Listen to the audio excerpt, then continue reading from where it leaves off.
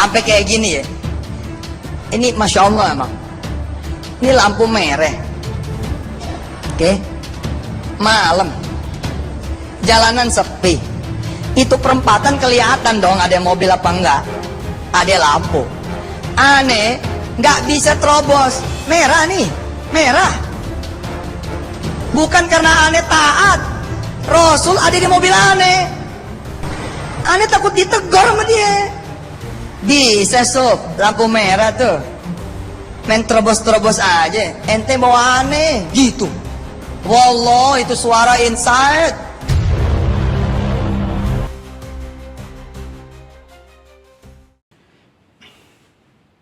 Bismillahirrahmanirrahim. Assalamualaikum warahmatullahi wabarakatuh. Pemirsa Nahi Mungkar yang dirahmati oleh Allah Subhanahu wa Ta'ala, dimanapun Anda berada, semoga dalam keadaan sehat walafiat dan selalu dalam lindungannya. Pemirsa, di video opening telah kita saksikan bersama di mana Yusuf Mansur mengaku bertemu Rasulullah dalam keadaan sadar. Rasulullah Shallallahu Alaihi Wasallam, panutan umat Islam ini, panutan umat manusia,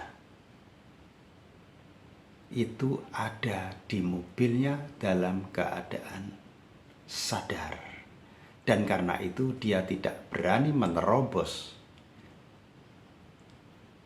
lampu merah di traffic light, takut ditegur oleh Rasulullah. Dan dia pun tidak berani membuang sampah sembarangan karena ada Rasulullah di sampingnya, takut ditegur oleh Rasulullah. Dan ini insight katanya. Nah, jika benar begitu, maka kita kembalikan kepada definisi sahabat. Sahabat itu adalah orang yang hidup sejaman dengan Rasulullah Shallallahu Alaihi Wasallam dan beragama Islam serta bertemu atau pernah bertemu dengan beliau. Nah, inilah definisi sahabat. Hidup sejaman, beragama Islam, dan pernah bertemu dengan Rasulullah Shallallahu Alaihi Wasallam. Jika yang dikatakan oleh Yusuf Mansur itu benar, maka Yusuf Mansur sejatinya adalah seorang sahabat. Nah, mari kita uji. Apakah benar Yusuf Mansur itu seorang sahabat? Yusuf Mansur memang beragama Islam, tetapi dia tidak hidup sejaman dengan Rasulullah Shallallahu Alaihi Wasallam. Dengan demikian maka pernyataan Yusuf Mansur, pengakuan Yusuf Mansur itu gugur dengan sendirinya. Lalu apa sebenarnya motif dari Yusuf Mansur membuat bualan yang tidak bermutu ini? Motif utamanya adalah dia seakan-akan adalah orang yang suci bersih, orang yang kemana-mana ditemani oleh Rasulullah Shallallahu Alaihi Wasallam. Dan karena itu setiap petuahnya, setiap petunjuknya, setiap tindak lakunya itu perlu diteladani. Dan kalau sudah begini maka jemaah disuruh apa saja akan menuruti. Inilah sebenarnya kelicikan dari Yusuf Mansur di dalam menggiring opini tentang dirinya. Nah, ada juga anaknya, Wirda Mansur.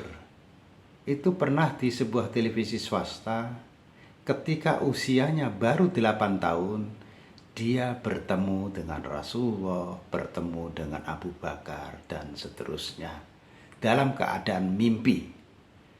Ini juga perlu dikoreksi. Untuk bermimpi bertemu Rasulullah Shallallahu Alaihi Wasallam itu ada ilmunya. Apa itu ilmunya? Kita harus mengetahui tentang sosok Rasulullah itu sebenarnya.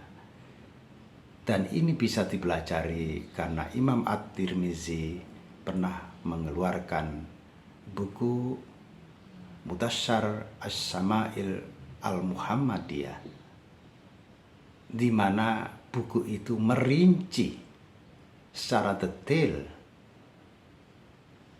tentang sosok Rasulullah Shallallahu Alaihi Wasallam, mulai dari ucapannya, wajahnya, senyumnya, cara jalannya, cara makannya, dan seterusnya. Apakah mungkin anak di usia 8 tahun sudah mengenal sosok Rasulullah secara keilmuan? Ini tentu sebuah kebohongan yang dibuat oleh seorang anak berusia 8 tahun. Dan orang yang bertemu dengan Rasulullah dalam mimpinya, biasanya orang ini menjadi sangat alim, sangat tawadhu, dan tidak mengumbar apa saja yang dia lakukan. Berbeda dengan Wirda Mansur, anaknya Yusuf Mansur ini, dia kemana-mana suka flexing. Dan dia dituduh telah menipu banyak orang secara finansial. Tentu saja ini bertolak belakang dengan apa yang diajarkan oleh Rasulullah Shallallahu Alaihi Wasallam. Jadi ayah dan anak ini sama-sama menipunya, sama-sama penipu, dan karena itu masyarakat, jemaah harus mengkritisinya agar tidak lagi ada orang-orang yang menjadi kurban atas ulah mereka, baik itu kurbannya Yusuf Mansur maupun Wirda Mansur. Pemirsa, bagaimana pendapat Anda? Silahkan ditulis di kolom komentar. Billahi taufiq walhidayah waridha wal inayah. Wassalamualaikum warahmatullahi wabarakatuh.